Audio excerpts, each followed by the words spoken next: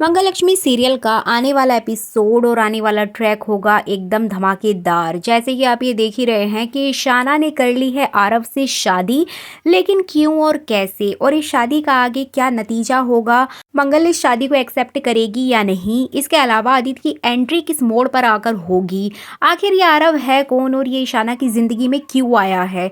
आज इसी की फुल अपडेट लेकर आई हूँ मैं इस वीडियो में, इसलिए वीडियो को बिना स्किप किए अंत तक जरूर देखिएगा। और अगर आप हमारे चैनल द फिल्मी रासलीला पर नए हैं तो सब्सक्राइब करना बिल्कुल भी ना भूलें। तो चलिए देरी ना करते हुए आज की इंटरेस्टिंग वीडियो को स्टार्ट करते हैं, और चैनल को साथ के साथ सब्सक्राइब भी कर दीजिएगा। वीडियो देखते हैं लेकिन चैनल सब्सक्राइब नहीं करते हैं, इसलिए प्लीज़ सब्सक्राइब ज़रूर करें। तो चलिए वीडियो को स्टार्ट करते हैं। जैसा कि आपने लास्ट एपिसोड में देखा ही था कि कुसुम के सामने आदित्य की मौत की सच्चाई सामने आ जाती है। जिस राज को मंगल और उसकी बेटी 5 साल से छुपा रही थी, फाइनली वो सबके सामने आ चुका है, और इसको कोई और नहीं बल्कि जयराज सबके सामने लेकर आया है। और ये सच्चाई सिर्फ यहीं तक सीमित नहीं रहेगी, इसमें मंगल के खिलाफ एक और कार्रवाई होगी। आपको बता दें कि यहाँ पर कुसुम की बहुत ज़्यादा तबीयत खराब हो जाएगी, जिसके चलते उसको हॉस्पिटल में एडमिट कराना पड़ेगा, और यहाँ पर जयराज उसके बेटे का फर्ज निभाता हुआ दिखाई देगा। जी बिल्कुल, आपको बता दें कि यहाँ पर जो गायत्री होगी वो मंगल को अपनी बहन यानी कि कुसुम से दूर रहने की हिदायत देगी और वो उसको मिलने से मना कर देगी। अब यहाँ पर मंगल साफ तौर पर बोल देगी कि वो मेरी माँ है और मैं उनकी बेटी हूँ, मैं उनसे मिलके रहूंगी और साथ ही साथ में वो सारे फर्ज निभाऊंगी जो एक बेटी निभाती है। और यहाँ पर वो गायत्री को अच्छे से डांट लगाएगी। इधर वो कुसुम से मिलने के लिए नर्स से बात करते हुए दिखाई देगी, जहाँ पर नर्स उसको बोलेगी कि यहाँ पर एक टाइम में एक ही व्यक्ति मिल सकता है, और कुसुम जी से उनका बेटा मिलने गया है। जिसके चलते मंगल यहाँ शॉक्ड हो जाएगी कि क्या आदित्य जी इस हॉस्पिटल में आ गए हैं।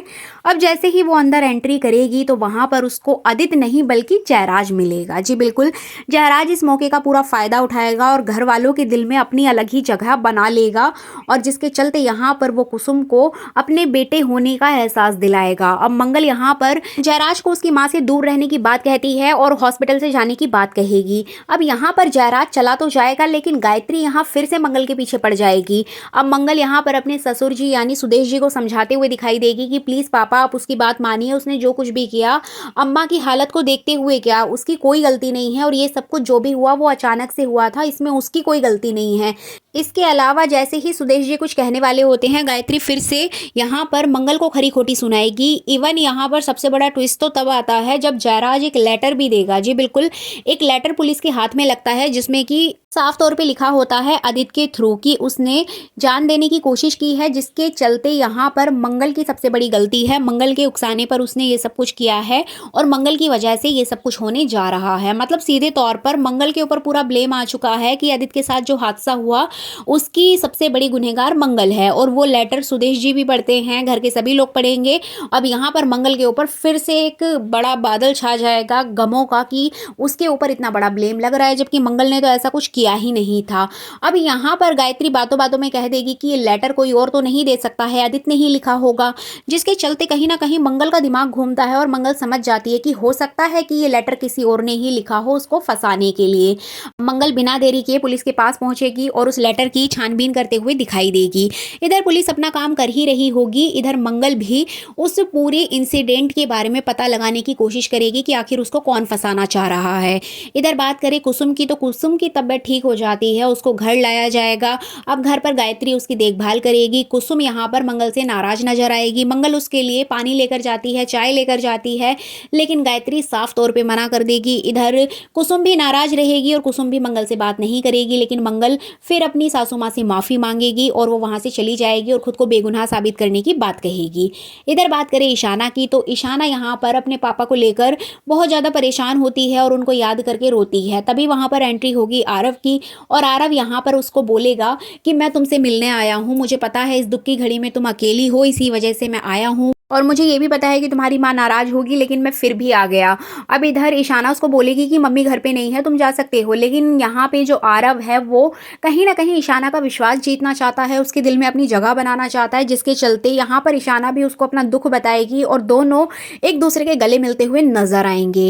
इसके बाद आप देखेंगे कि यहाँ पर जो मंगल है वो ऑलरेडी खुद को बेगुनाह साबित करने में लगी होगी। तभी जयराज अपने पिताजी के साथ मंगल के घर पे पहुंचेगा। एक्चुअली जयराज के पिताजी कुसुम का हालचाल हालचाल जानने के लिए आते हैं और वो सुदेश जी के साथ बैठते हैं, बातचीत करते हैं। इधर मंगल शिव मंदिर जाने के लिए तैयार हो जाती है। तभी मंगल अपने पिताजी से पूछकर मंदिर जाने लगती है। तो इधर जयराज के पिताजी जयराज को फोर्स करेंगे कि जयराज तुम भी तो वहां जाते हो हर सोमवार, तुम मंगल जी को वहां पर ड्रॉप कर दो, तुम्हें भी तो वहां जाना है। लेकिन मंगल यहाँ मना कर देगी, बोलेगी कि नहीं मैं अपनी गाड़ी से चली जाऊंगी, वरना मैं ऑटो से चली जाऊंगी, आप परेशान मत हो। लेकिन यहाँ पर जो जयराज के पिताजी हैं वो बार बार फोर्स करेंगे। इवन यहाँ पर जयराज भी मना कर देगा कि मैं आज इस सोमवार को नहीं जा रहा हूँ, जब मंगल जी बोल रही हैं कि वो चली जाएंगी तो आप जाने दीजिए। लेकिन यहाँ पर जयराज के पिताजी जयराज को आंखें दिखाएंगे और कहेंगे कि नहीं तुम छोड़कर आओगे। मतलब यहाँ पर ना चाहते हुए भी मंगल को जयराज के साथ जाना होगा।